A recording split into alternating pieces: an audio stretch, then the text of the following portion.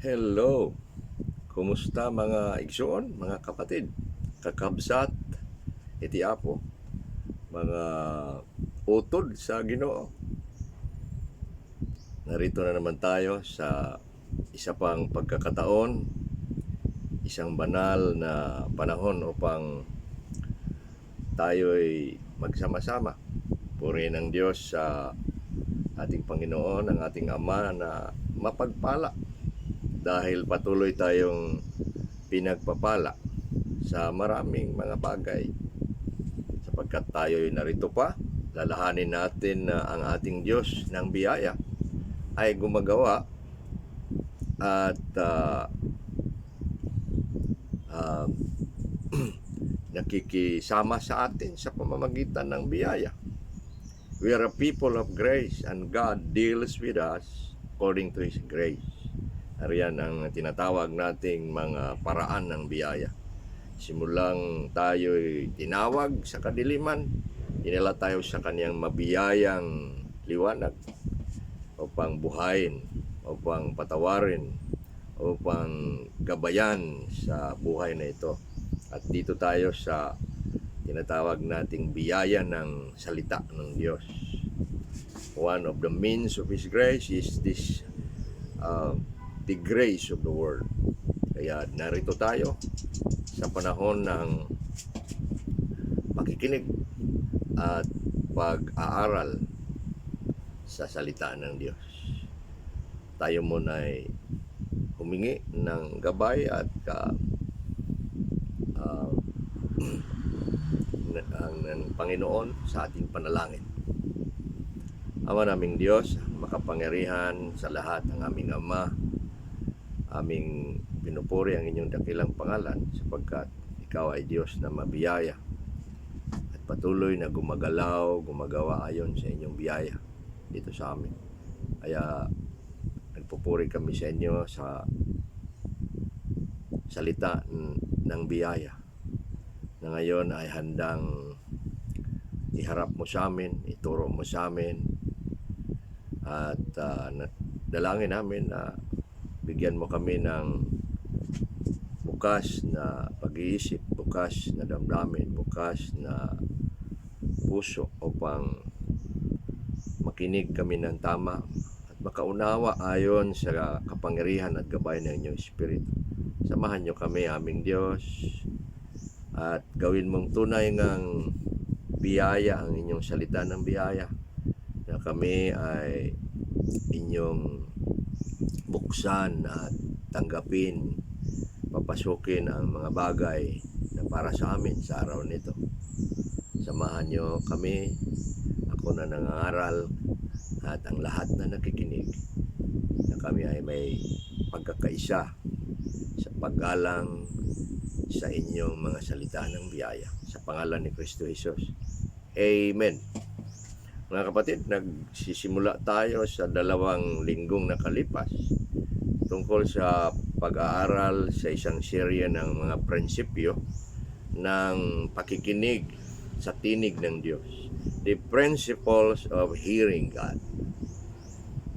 At napakahalagang mensahe na ito sapagkat ito ang isang dakilang lihim sa ating pagsunod, sa ating pagiging mga disciples of Christ, na marunong tayong makinig sa kanyang tinig upang susunod sa kanya ng tama. Ang maayos na makinig, maayos namang susunod. At ang hindi marunong makinig, ganoon din, hindi maayos. Kaya kailangan nating makinig. Itong isang napakahalagang prinsipyo sa bahay, sa paaralan, sa simbahan, o kahit saan man tayo. Napakahalaga itong pakikinig natin. Dahil sa ating pakikinig ay maraming bagay na gagawin ng Diyos sa ating buhay. Kaya magbalik-aral tayo ng sandali. Pinag-aralan natin ang unang prinsipyo na ang Diyos ay nangungusap, nagpapatuloy na nagsasalita, nangungusap. sa iba't ibang paraan. Aralan natin yan na siya ay nangungusap, nagsasalita sa pamamagitan ng kanyang salita, sa pamamagitan ng Espiritu ng Diyos, sa kanyang Espiritu, sa pamamagitan ng mga otoridad sa bahay, otoridad sa iglesia, sa pamamagitan ng mga panaginip. Siya ay nangungusap sa atin. Sinabi rin natin na ang mga sa Diyos, mga anak ng Diyos, ang bayan ng Diyos ay nakikinig sa Diyos. God's people hear God speak. Ibig sabihin, makikinig sila at makakaunawa sila. Hindi lang sila makikinig, susunod sila ayon sa sinabi ni Jesus sa mga tupa niyang nakikinig at susunod. Pangatlo, sinabi ng ating aral na nangailangan tayong mabago at ialay ang ating mga sarili upang tayo'y makarinig sa Diyos. We should be renewed in our minds and consecrated to God in order to hear Him. Hindi basta-basta ang pakikinig. Kailangan tayo'y nakatuon sa Kanya sa pamamagitan ng pagbabago ng ating puso at pag-aalay sa ating mga buhay sa Kanya. Kaya nangailangan na sa mga panahon ng pakikinig, lalo na ng ganito, inialay natin ang ating mga pandinig at ang ating puso upang darating at papasok sa atin ang mga bagay na dapat nating marinig.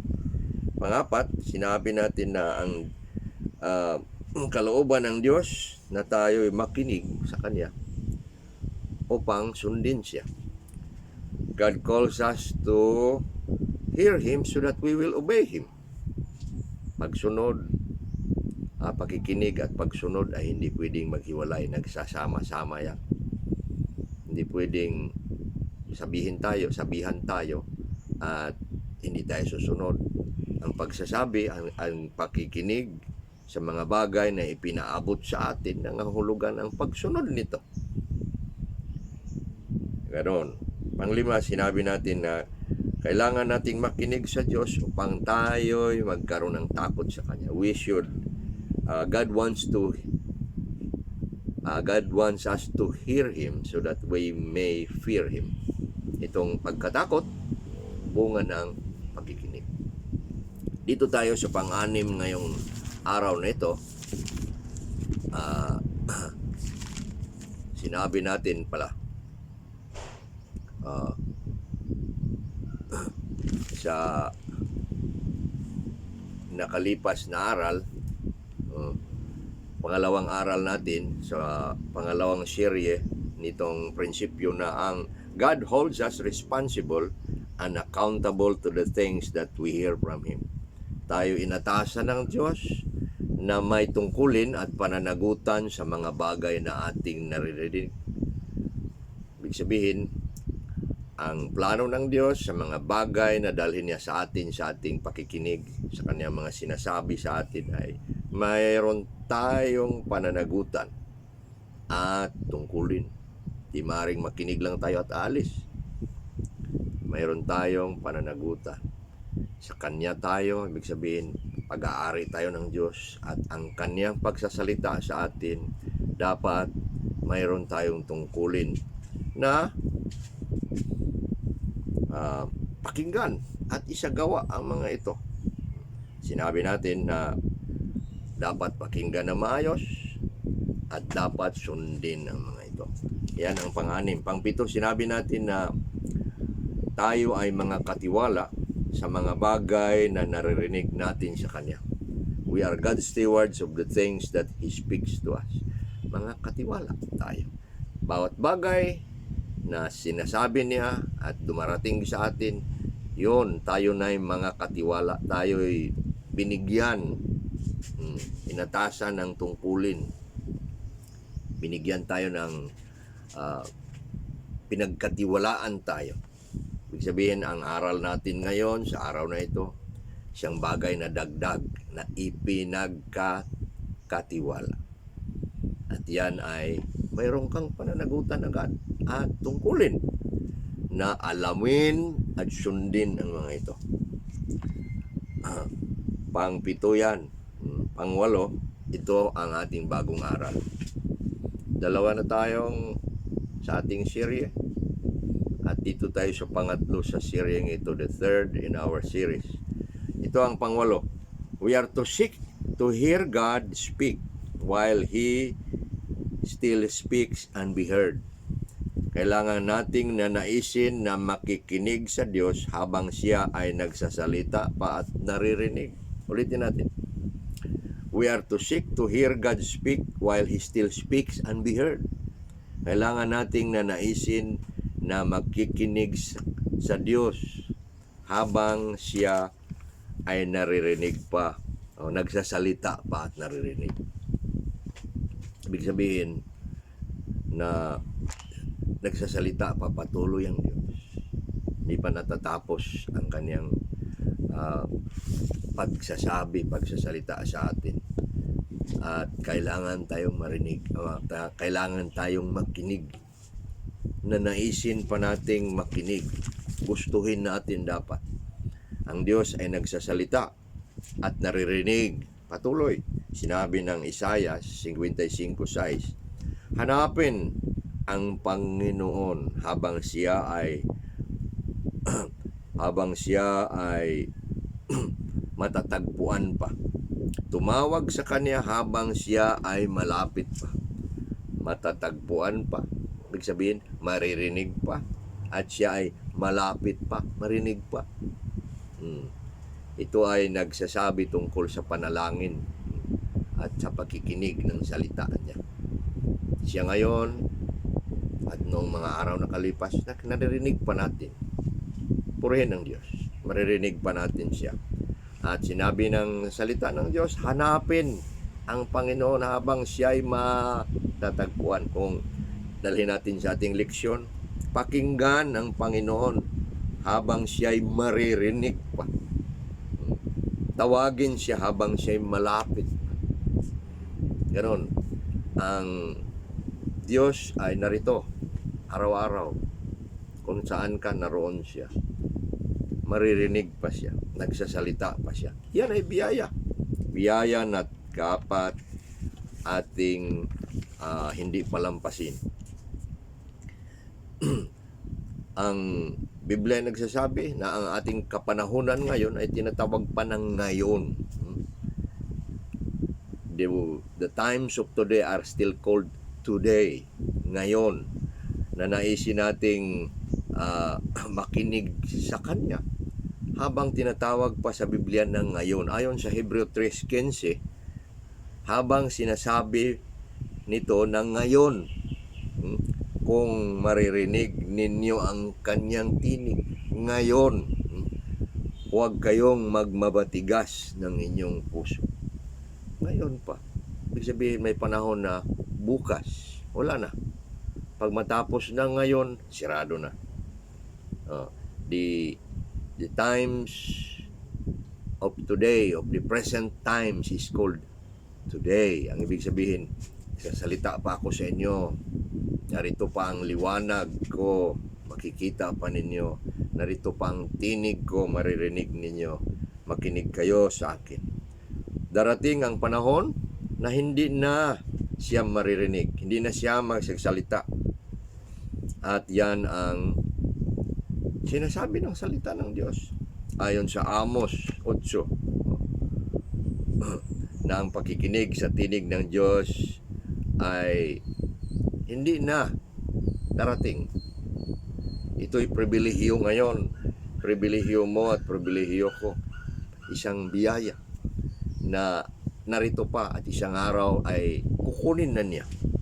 Amos 8:11 at 12, sinabi, narito ang mga araw ay dumarating, sabi ng Panginoong Diyos, na ako'y magpapadala ng gutom sa lupain. Hindi gutom sa tinapay at kauhawan man dahil sa tubig, kundi sa pakikinig sa salita ng Diyos.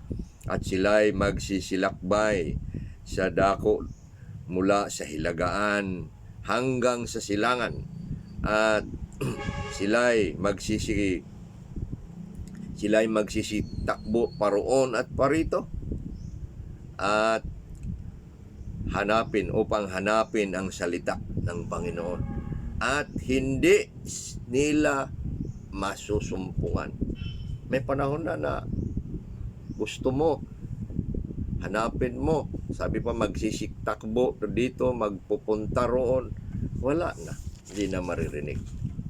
Yan ang babala ng libro ng Hebreo, Kapitulo 2. Dahil sinabi niya, dapat nating pag-ukulan ng higit pang pansin ang mga bagay na ating nangarinig at baka sa anumang oras o panahon ito'y mapakawalan natin. Ang salita ng Diyos sa mga pagtuturo sa mga panahon at ito'y naririnig pa ay parang batis o ilog na tumatakbo ang mga ilinalagay upang ating kunin, upang ating dalhin sa ating mga sarili. At pag hindi natin pakinggan, pag wala tayong pakialam, dadaan sila. At hindi na natin matatagpuan, hindi na natin maririnig muli. Kaya nangangailangan, ang bilis lang ng pagsasalita ng mga nangangaral. Mayroon tayong notes, mayroon tayong mga precious remembrances of the messages that we hear. Dapat ang mga pinapadala dyan sa inyo, ng mga mensahe, ngayon ay hindi na kayo nga kailangan magsusulat. Wow! Tago ninyo. Review that every week.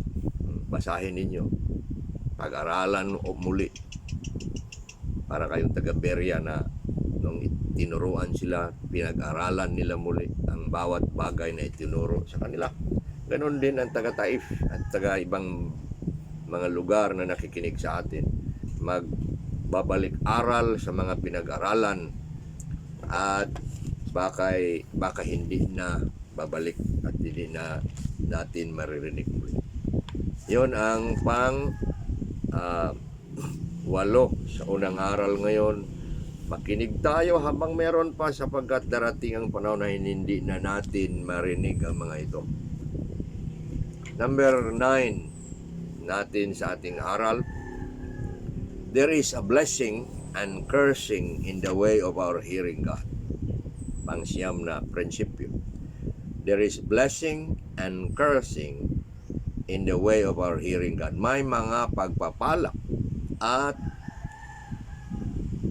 mga sumpa sa daan ng ating pakikinig sa Diyos. Dalawang bagay ang mangyayari sa pakikinig ng mga tao.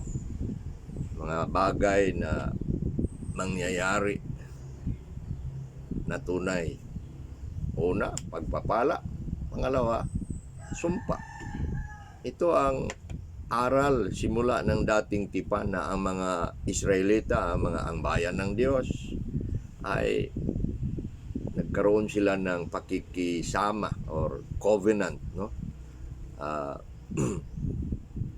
Kagkaroon sila ng isang relasyon sa Diyos na ang Diyos ay gumawa ng mga batas, mga paraan upang sundin nila.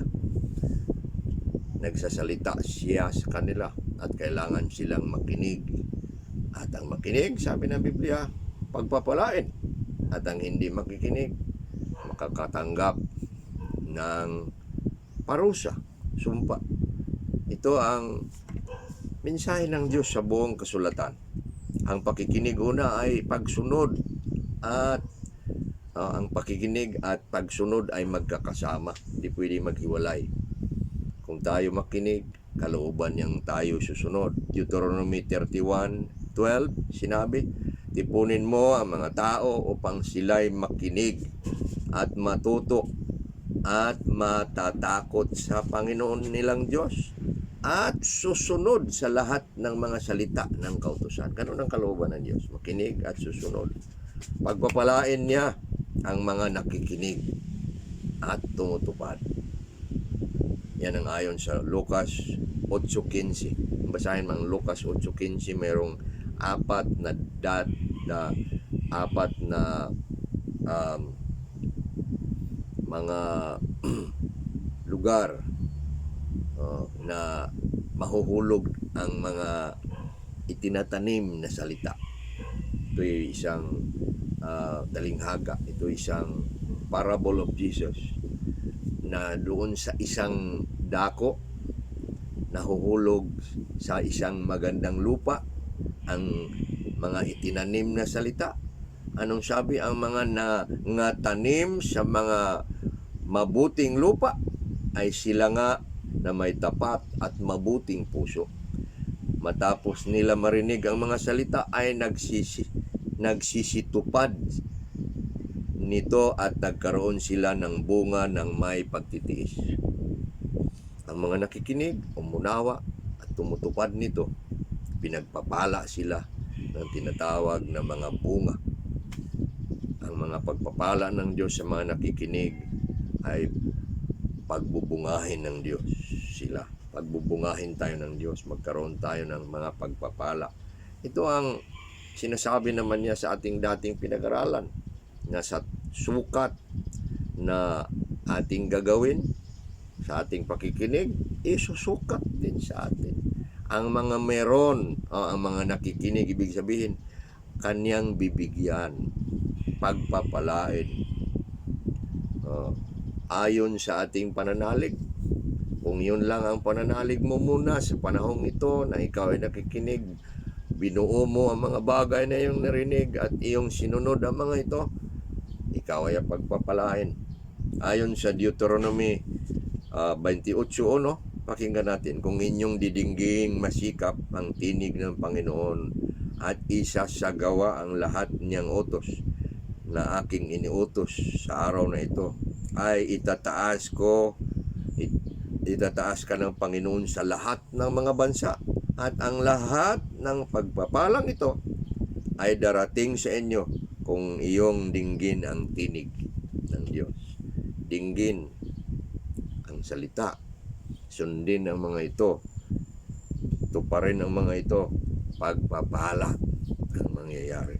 Kaya kung basahin mo ang Deuteronomy 28, 1 hanggang 15, makikita mo ang pagpapala ng lungsod, pagpapala ng mga lupa, pagpapala sa kanilang mga tanim, pagpapala sa kanilang mga katawan, pagpapala sa mga bunga ng lupa, mga hayop nila, mga pangangailangan nila at lahat ng bagay sa kanilang buhay.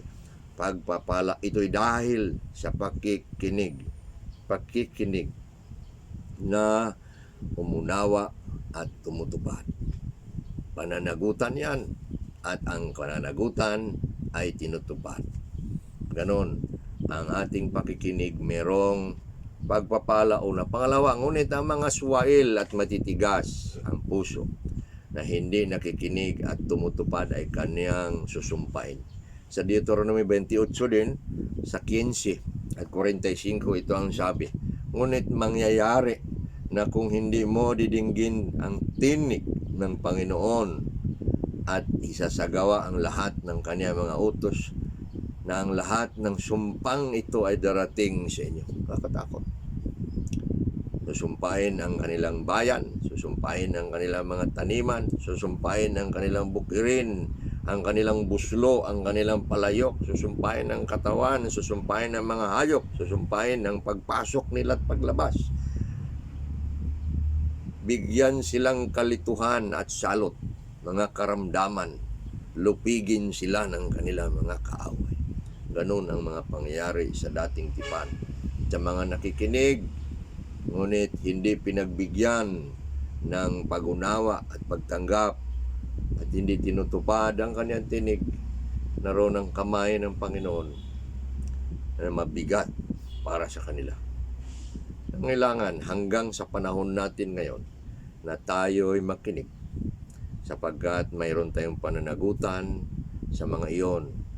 Tutuparin sila, unumain, tuparin, at tayo'y pagpapalain. Huwag nawa na tayo'y magmamatigas, na hindi tayo makinig. Sa bawat bagay, ulitin ko, na ang Diyos ay magsasalita, meron kaagad tayong mga tungkulin at mga pananagutan. Yon, magdadala ng pagpapala at sumpa sa mga bagay na ating naririnig. Pangsampu tayo na aral sa mga prinsipyong ito. We should grow in this practice of hearing to obey God's voice. Kailangan tayong lalago nitong ating pakikinig sa mga tinig ng Diyos. Alam natin na ang ating pananampalataya, kung saan tayo ngayon nagsisimula, ito mga kapatid, sa pakikinig. Dumating ang tinatawag nating mensahe ng biyaya. Tawag ng biyaya, tinatawag yan na tawag ng Ebanghelyo. Pinarinig ng Diyos. At doon sa ating pakikinig at naniwala tayo sa ating pinakinggan, dumating ang pananampalataya. Ang pananampalataya ay dumating sa pakikinig. At ang pananampalataya mong yan na narito sa ating buhay, na tayo'y matapos tayong binuhay, binigyan tayong pananampalataya, yan ay lalago din sa pakikinig. Itinanim sa pakikinig, lalago sa pakikinig. Kaya't patuloy tayong makinig upang lalago tayong makinig. Ang mga tao na magaling makinig, sa patuloy nilang magaling na makinig, madali na silang makinig. Ikaw ba ay madaling makinig? Madali ka bang makaunawa? O matagal? O matigas? O mahirap kang makinig? Kailangan na maayos tayong makinig, matalino tayong makinig, at mabilis tayong makinig. Yan ang sabi ng Santiago 1:19 na dapat tayong we should be swift to hear. Swift to hear, mabilis makinig. At ibig sabihin, lumalago ang ating pakikinig.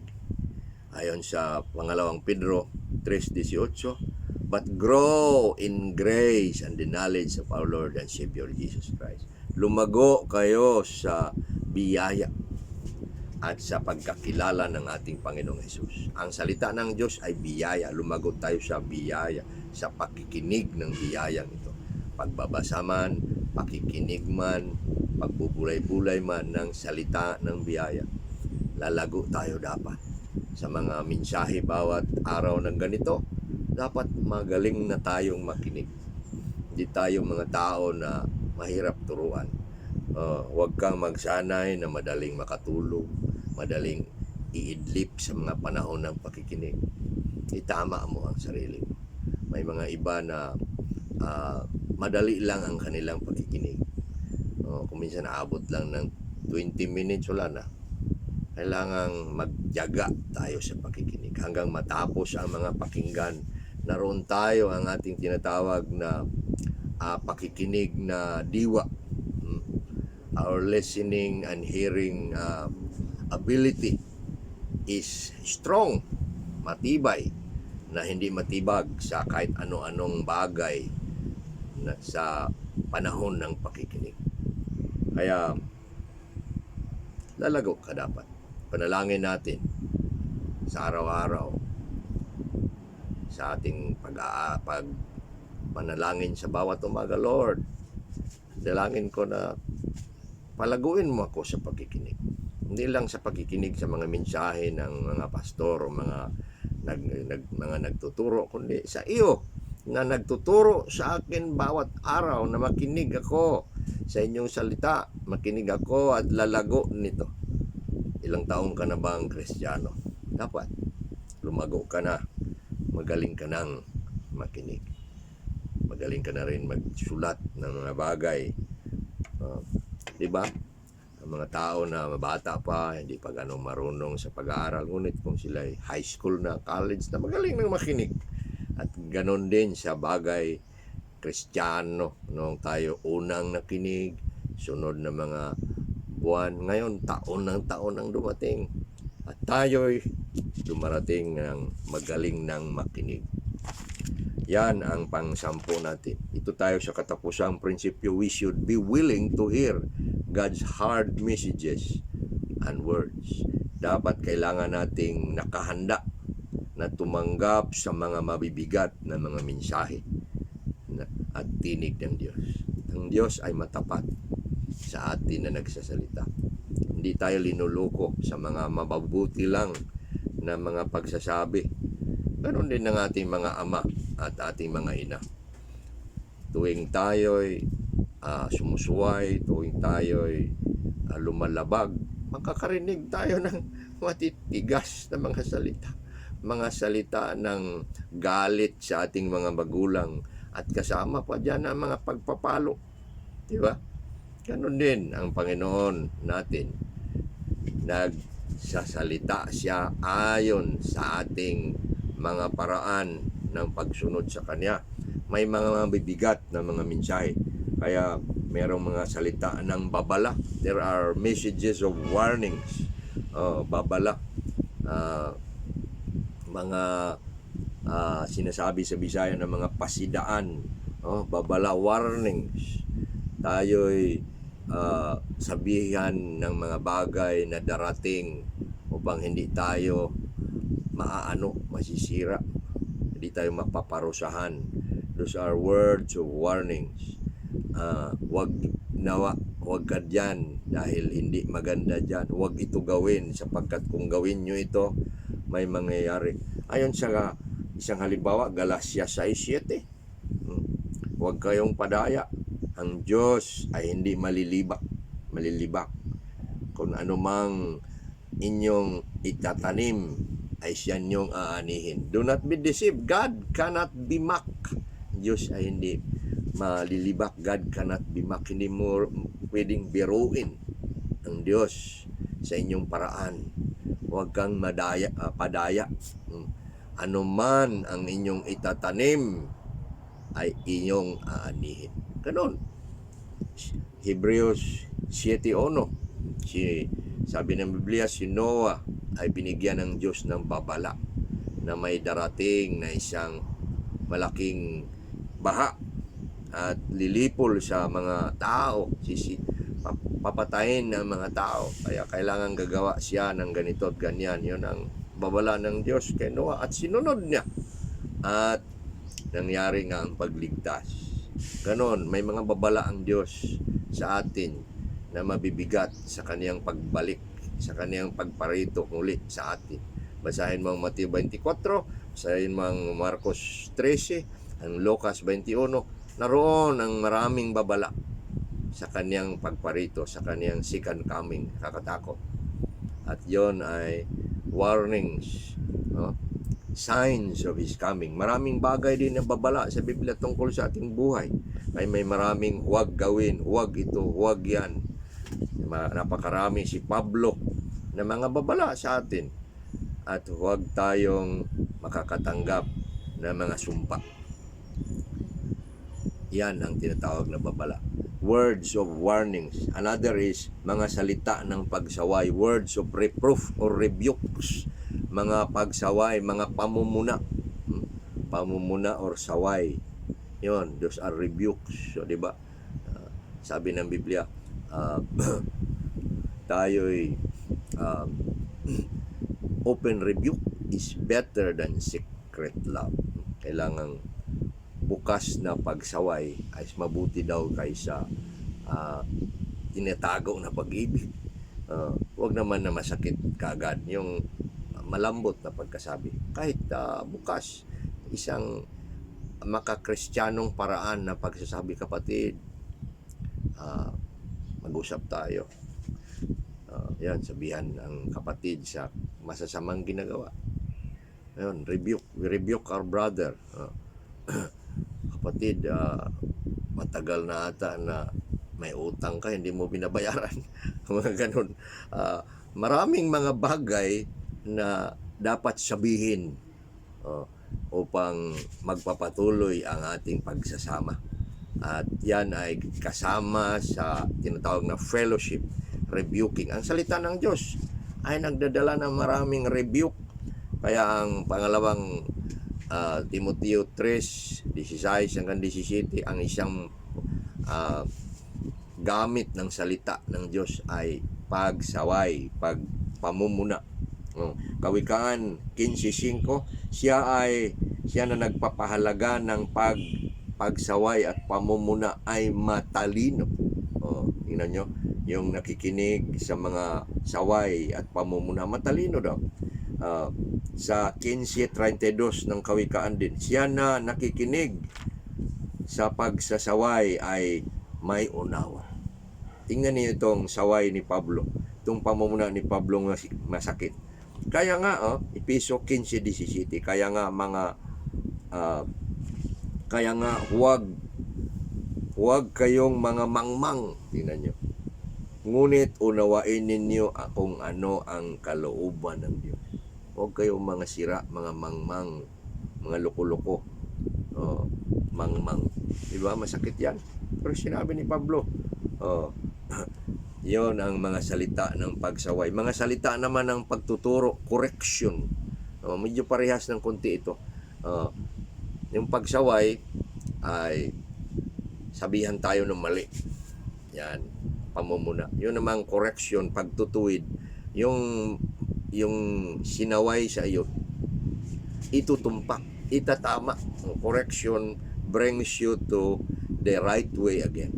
Reproof or rebuke is telling us about the wrong things that we do, and then correction brings us back to the way we should do it rightly. Yan ang tinatawag na correction. Kawikaan 15:10, ito ang sabi. Proverbs 15:10, ang pagtutuwid ay mabigat sa kanya na nagpapabaya sa daan. Tingnan nyo, yung mga matitigas, pag itutuwid mo, matigas sa kanya, ayaw niya. Kawikaan 3:7, huwag marunong sa sarili mong paningin. Matakot ka sa Panginoon at lumayo ka sa kasamaan. Tingnan mo, pagtutuwid yan.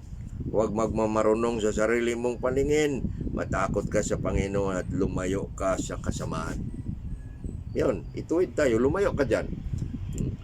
Kawikaan 3:11 at 12, huwag mong kalimutan o pagbabaliwalain ang pagdidisiplina ng Panginoon, ni manlupaypay sa kaniyang pagtutuwid, sapagkat ang minamahal ng Panginoon ay kaniyang itinutuwid. Yung pagtutuwid sa Biblia ay maraking bagay na ginagawa ng Diyos. Those are what we call disciplining, yung tinatawag na chastisement, chastening. Sa lingwahe ni David ay tinatawag yan na affliction. Bigyan tayo ng mga masasakit na mga karanasan. He afflicts us. Mga panahon ng kabigatan, mga kasakitan, sa Bisaya pa, mga panahon ng mahirap na lakad ng Kristiyano. Yun, pinapadaan tayo ng Diyos doon, mga mensahe, tinig niya na masakit upang tayo'y ituwid sa ating daan. Yan ang sinabi naman ng Hebreo, dito sa Kawikaan 3:11 at 12 at sa Hebreo, na ang mga minamahal ng Diyos ay kaniyang itinutuwid. Yan ang sinabi rin ni David doon sa Salmo 119:75. Sabi niya, sa inyong katapatan ay sinaktan mo ako. In your faithfulness, you afflicted me. Isipin mo, yung pananakit ng Diyos sa atin ay kaniyang katapatan. Yung bang palo ng ina at ama upang tayo ituwid, paluin tayo. Ano kaya kung ikaw ay hindi pinapalo nung bata kapat iniwanan sa inyong katigasan at masamang mga paraan sa buhay? Ang pagpapalo ng ama at ina nagdadala sa atin ng pagtutuwid. Ganon din ang Diyos. Kaya mga mensahe ng mabigat, nakahanda tayo. Kaya sa ating pakikinig sa mga mensahe, may mga magaganda, mayroon ding mga mabibigat. Huwag mong ituro sa iba, siya yan. Sabihin mo, ako yan. Lagi tayong kumari ako, huwag tayong magturuan. Yung sinasabi niya, si ano yan, si ano yon. Hindi, ako yun, ako yun. At tayo'y pagpapalain. Yan ang ating aral sa pangatlong serye ng mga prinsipyo ng pakikinig sa tinig ng Diyos. Dapat tayo makinig, mga kapatid. Unawain at pagbutihin nating makaunawa sa kanyang tinig. Kailangan nating bigyang panahon ang pakikinig sa Diyos, hindi lang sa mga mensahe ng ganito, kundi sa bahay natin. Bigyan siyang panahon. Bigyan natin panahon ating anak, bigyan natin panahon ng ating asawa, ating mga kapatid. Ngunit ang Diyos, una sa lahat, bigyan talaga. Makinig tayo bawat umaga. Gigising tayo ng maaga. Makinig sa kanyang salita. Makinig sa kanyang aral, sa kanyang ituturo sa atin. Dalhin natin sa buong araw. Lalago tayo dapat dyan. Dapat merong kanyan. Mahirap ang Kristiyano na walang ganon. Baka hindi Kristiyano. Alam nyo, ang totoong Kristiyano mayroong panahon ng Diyos araw-araw. He has this devotions or quiet time. At kung ilang taon ka na sa Christian life mo, dapat lumalago ka na sa pakikinig. Saan ka na ba ngayon sa pakikinig mo sa Diyos sa bawat araw? Lahat ng panahon, lahat ng dako naroon tayo. Kailangan matuto tayo makinig. Nagtatrabaho tayo sa salita ang Diyos. Naglalakad tayo. Kaya sinasabi ng Diyos na dapat lumakad tayo ayon sa gabay at kapangyarihan ng Diyos. Tayo man ay sa bayan, sa supermarket, naroon tayo sa trabaho, naroon tayo sa paglalaro, naroon tayo sa humahawak ng ating cellphone. Dapat nakikinig tayo sa ating puso sa Panginoon upang turuan niya tayo patuloy sa kanyang mga paraan at kalooban sa ating buhay. Tayo manalangin. Purihin ka, Ama naming Diyos, sa inyong mga salita. Sa paraan ng aming pakikinig sa inyo, purihin ka dahil ikaw pa ay aming marinig at nagsasalita ka pa sa amin. Bigyan niyo kami ng biyaya na matuto pang makinig at lalong lumago sa bagay na ito. Patawarin niyo kami, Ama, kung sa mga panahon na mahina kaming makinig o hindi kami nagbibigay ng kaayusan sa aming pakikinig. Turuan niyo kami nga na aming isaayos ang aming pakikinig sa inyo. Turuan niyo kaming lumago sa bagay na ito. Salamat sa purihin ka, Ama, sa inyong mga salita namin narinig ngayon, sa mga prinsipyong ito. Turuan niyo kaming bigyang tunay na halaga ang mga ito. Na sa aming buhay, darating nawa ang marami niyong pagpapala na inihanda niyo sa aming mga nakikinig. Ngunit sa panahon na kami hindi makinig, dalangin namin na kami inyong ituwid, kami inyong sawayin, at upang kami matuto ng makinig. Dalangin namin na ang mga aral na ito ay maging tunay ngang biyaya sa aming buhay sa linggong ito. Dalangin namin sa pangalan ni Kristo Jesus. Amen. Salamat mga kapatid. Hanggang sa sunod nating pangangaral ng salita ng Diyos, naway ang biyaya ng Diyos ay nakamtan mo sa araw na ito. Salamat.